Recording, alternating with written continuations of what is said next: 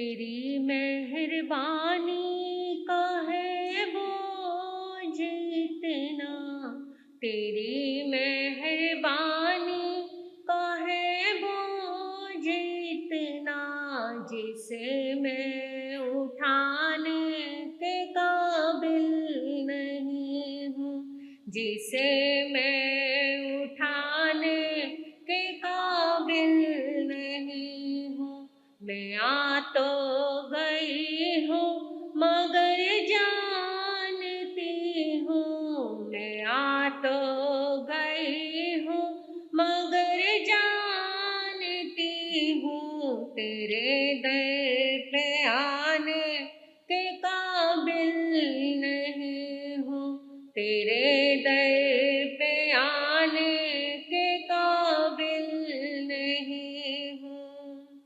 ये माना के दाता हो तुम कुल जहाँ के, ये माना के दाता हो तुम कुल जहाँ के, मगर कैसे झोली फैलाऊं मैं आके, मगर कैसे झोली फैलाऊं मैं आके। जो पहले दिया है वो कुछ कम नहीं है, जो पहले दिया है वो कुछ कम नहीं है, उसी को निभाने के काबिल नहीं हूँ, उसी को निभाने के काबिल नहीं हूँ। तेरी मेहरबानी का है बोझ इतना, तेरी मेहरबानी का है बोझ, जिसे मैं उठाने के काबिल नहीं हूँ, जिसे मैं उठा। तुमने अदा की मुझे जिंदगानी, तुमने अदा की मुझे, तेरी महिमा भी मैंने नहीं जानी, तेरी महिमा भी मैंने नहीं जानी, कर्जदार तेरी दया की हूँ इतनी, कर्जदार तेरी दया, उसी को चुकाने के काबिल नहीं हूँ, ये कर्जा चुकाने के काबिल नहीं हूँ। तेरी मेहरबानी का है बोझ इतना, तेरी मेहरबानी का है बोझ इतना, उसे निभाने के काबिल नहीं हूँ, उसे निभाने के काबिल नहीं हूँ।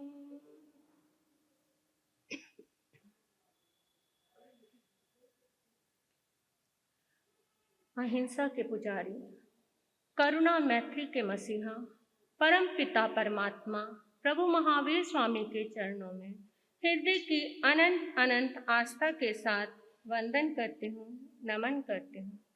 परम श्रद्धेय, परम आराध्य, परम पूजनीय गुरनी जी महाराज के चरणों में हृदय की अनंत अनंत आस्था के साथ वंदन करती हूँ, नमन करती हूँ। मंच पर विराजित महाराज जी के चरणों में वंदन करती हूँ, नमन करती हूँ। इस गुरु दरबार में आए प्यारे प्यारे भक्तों, आप सबके भीतर आपकी पवित्र आत्मा को मैं नमन करती हूँ।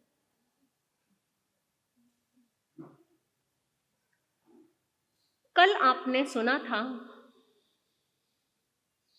कि हमारा जो विचार है जो हमारे संकल्प है वो कैसा होना चाहिए? दृढ़। आज हम अपने विचार को, अपने संकल्प को इतना मजबूत नहीं कर पाते और डामाडोल हो जाते हैं। जब वो तंद्रा टूट जाती है तो आपने सुना था कि वो मंजिल हमारे पास आती आती भी रुक जाती है। वो चीज जिसकी तुम चाहत रखते हो, वो खुशी जो तुम्हें चाहिए, वो तुम्हारे पास आ रही थी, लेकिन तुम्हारा संकल्प, तुम्हारे विचार इतने कच्चे हो गए, इतने डामाडोल स्थिति में आ गए कि वो वहीं पर रुक गया और तुम्हारा वो कार्य पूरा नहीं हो पाया। आज इंसान कहता है, हर किसी की यही मान्यता है और सब यही बात कहते हैं कि हमने बहुत बार ऐसा करके देखा है, हमने अपने विचार को, हमने अपनी पॉजिटिविटी नेचर को हमने दृढ़ करके रखा, हम पॉजिटिव बन के रहे। बहुत लंबे समय तक हमने अपना विचार पक्का रखा कि नहीं, मुझे तो ऐसा मिलेगा ही मिलेगा। जो चीज की चाहत रखी कि मुझे ये चीज मिलेगी, हाँ मिल के रहेगी, ये चीज मुझे जरूर मिलेगी और मेरे साथ अच्छा होगा। हमने बहुत लंबे समय तक अपने विचार को रखा ऐसा, लेकिन फिर भी हमारे साथ अच्छा नहीं हुआ, हमें कुछ रिस्पॉन्स अच्छा नहीं मिला। तो ऐसा क्यों होता है? हम बहुत लंबे समय तक अपने विचार भी, अपनी नेचर को भी बदल लेते हैं, अपनी थिंकिंग पॉजिटिव कर लेते हैं, हम हर समय अच्छा अच्छा सोचते हैं, अच्छे अच्छे कर्म करते हैं, लेकिन फिर भी बुरा क्यों मिलता है? फिर भी हमारे पास, हमारे साथ बुरा क्यों होता है? हमारे पास बुरा ही क्यों आती है? क्या कारण है? एक चावल की टंकी है, एक चावल की टंकी है और एक गेहूं की टंकी है।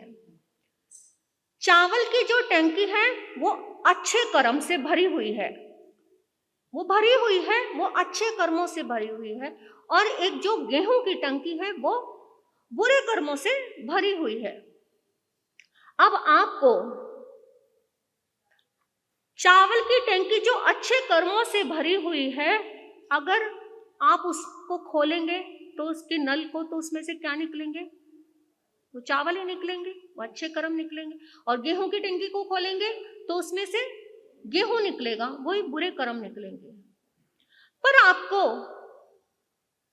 अब उस चावल की टंकी, गेहूं की टंकी के अंदर, बुरे कर्म के अंदर आपने वो अच्छे चावल डाल दिए, अच्छे कर्म डाल दिए उसके अंदर खोल के, लेकिन आपने उसको खोला, फिर क्या आया? क्या आएगा? क्या निकलेगा उसमें से? आपने उसमें चावल डाल दिए, अच्छे कर्म डाल दिए, लेकिन आपने जब उसका नल खोला नीचे से, जब उसको निकालने के लिए तैयार हुए, तो क्या निकलेगा? उसमें से गेहूं ही निकलेंगे, गेहूं निकलेंगे ना, चावल तो नहीं निकलेंगे ना, क्योंकि उसमें क्या भरा हुआ है? पहले उसमें क्या भरा है? गेहूं भरा है।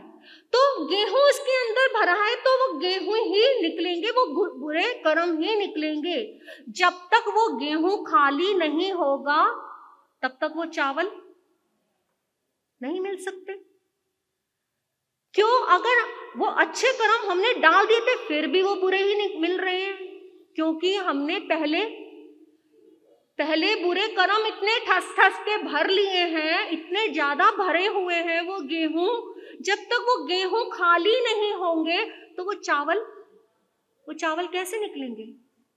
तो इसी तरह से इंसान इतना बुरा सोचता रहता है, इतने बुरे कर्म करता रहता है, अच्छा करूं, और अच्छा करना शुरू कर देता है, और अच्छाई फिर अच्छा ही अच्छा करता है, अच्छा ही अच्छा करता है, सबको अच्छा बोलता है, अच्छा ही कार्य करता है, सब कुछ अच्छा करता है, लेकिन फिर भी उसके साथ बुरा हो रहा है। क्योंकि उसने पहले भरा हुआ है, उसने बुराई इतनी भर ली है अपने अंदर, नेगेटिविटी इतनी भर ली है, जब तक वो खाली नहीं होगी तो पॉजिटिविटी कैसे निकलेगी? यही इंसान की मानसिकता है और यही सोच है और यही उसका ऐसा ही चलता आ रहा है। लेकिन फिर भी हम यही सोचते हैं और अपना मन डामाडोल हो जाता है, अच्छाई करते रहते हैं, तो फिर भी बुराई ही मिलती है तो मन डोल जाता है। अरे मैं तो कब से अच्छा करता जा रहा हूँ, मैंने अच्छा ही अच्छा किया है, इसके साथ भी अच्छा किया है, अपने साथ भी, सबके साथ अच्छा ही किया, लेकिन फिर भी मुझे बुराई ही मिल रही है। तो क्या करना है? अच्छा करके बुरा ही करो ना। तो वहां पे इंसान का मन डामाडोल हो जाता है, और जैसे ही मन डामाडोल हुआ तो फिर बुरा करने लग गए, तो फिर बुरा ही मिलेगा, फिर कैसे अच्छा मिल सकता है? इसीलिए अपने प्रभु ने क्या कहा है? अपने मन को दृढ़ संकल्प से बांध लो। प्रभु ने यह भी बोला है, जिस तरह से हम संकल्प अपना दृढ़ रखते हैं तो श्रद्धा भी दृढ़ रखनी चाहिए। श्रद्धा में भी हम डामाडोल स्थिति में आते हैं ना, श्रद्धा कितनी जल्दी डामाडोल होती है इंसान की। आज आपको जो चीज चाहिए, किसी गुरु के पास गए, वहां आपको वो चीज नहीं मिली, वहां आपकी श्रद्धा थी और उनके पास गए, पर आपने बहुत लंबे समय तक उनका सानिध्य लिया, उनकी पूजा की, अर्चना की, लेकिन आपने जो चीज चाही आपको अभी नहीं मिली, तो आपकी श्रद्धा डामाडोल हो जाती है और फिर कहीं दूसरे के पास भाग जाते हैं। पता चलता है वो फलाना बहुत अच्छा है, उसके पास जाते ही एक बार में मन्नतें पूरी हो जाती हैं, सब ठीक हो जाते हैं, ऐसा हो जाता है, तो फटाफट भाग जाते हैं। तो जब हमारी श्रद्धा इतनी डामाडोल स्थिति में आ जाएगी तो हमें कैसे मिलेगा कुछ? हमें अच्छा तो तभी मिल सकता है, हमारे साथ अच्छा तभी हो सकता है जब हमारा विश्वास, हमारा निश्चय दृढ़ होगा, हमारी श्रद्धा दृढ़ होगी, तो आपको एक ना एक दिन जरूर अच्छा मिलेगा, आपके साथ अच्छा जरूर होगा। पर अगर हम डामाडोल स्थिति में आ गए तो हमारे साथ अच्छा तो कैसे होगा? इसीलिए अपने विश्वास को, अपने संकल्प को दृढ़ रखें, श्रद्धा को दृढ़ रखेंगे तो मंजिल पे जरूर पहुंचेंगे। आजकल तो ये जो मीडिया है ना, वो भी इंसान को विचलित कर देती है। कैसे? ये मीडिया बहुत कुछ दिखाती है और इंसान का मन डामाडोल हो जाता है। कैसे? मतलब इंसान को ऐसा देखकर हंसी भी आती है कि कैसा इंसान का मानस है। एक नाटक चलते हैं ना, जो नाटक आप लोग टीवी में नाटक देखते हैं, बहनें, सास सब देखते हैं, सास बहू का नाटक देखते हैं ना आप सब, तरह तरह के नाटक चलते हैं। एक कुंवारी लड़की नाटक देख रही है, सास बहू का आपस में, उस सास बहू का आपस में इतना लड़ाई झगड़ा है, इतना मनमुटाव है कि वो एक दूसरे के साथ उनकी बनती नहीं है। इस प्रकार का कोई नाटक देख रही है एक लड़की, तो उस समय मन में क्या सोचती है? अरे मेरी सास ऐसी होती ना, और मेरी सास अगर ऐसी हो तो मैं उसे अच्छे से स्वाद दस दूंगी, अच्छे से बता दूंगी उसे कैसे ठीक किया जा सकता है। उस लड़की ने अपने लिए क्या सोच लिया? अपने आप ही अपने लिए उसने बुरी सास को आने का निमंत्रण दे दिया। उसके जीवन में अभी कैसी आनी है, क्या होना है, क्या नहीं होना भी पता नहीं है, लेकिन उसने निमंत्रण तो दे दिया कि हाँ, बुरी सास उसके पास आएगी, उसके साथ वो ऐसा करेगी। एक सास बैठी हुई, अभी उनके बेटे की शादी नहीं हुई, एक माँ अपने ऐसे ही देख रही है और क्या सोचती है? अरे ये बहू कितनी बेकार है, इतनी गंदी है, अगर मेरी बहू ऐसी हो ना तो मैं उसके कान पकड़ के मरोड़ के उसे सीधा ना कर दूं तो देख लेना। मतलब उसने अपने लिए ऐसी बहू का चिंतन कर लिया। अभी पता नहीं तुम्हें बहुत अच्छी मिलने वाली, कैसी नहीं मिलने वाली, लेकिन उसको देखकर आपने विचार अपने अंदर कैसा पक्का कर लिया कि ऐसी बहू मुझे मिल जाए तो मैं उसे सीधा करके रखूंगी। तो ऐसे हम अपने आप ही अपने सोच पैदा कर लेते हैं और अपने विचारों को पक्का कर लेते हैं। और जब विचार पक्के हो जाते हैं तो फिर हमें अच्छा कैसे मिलेगा। अपने विचारों को अच्छाई में, पॉजिटिविटी में जितना आप हो सकता है पॉजिटिव बोलो, जितना हो सकता है पॉजिटिव बन के रहो, अपने लिए भी और दूसरे के लिए। जब भी मुंह से कुछ वचन निकालो, कहते हैं ना कि ये शब्द ही होते हैं जो दूसरे को अपना दुश्मन बना लेते हैं और दोस्त भी बना लेते हैं।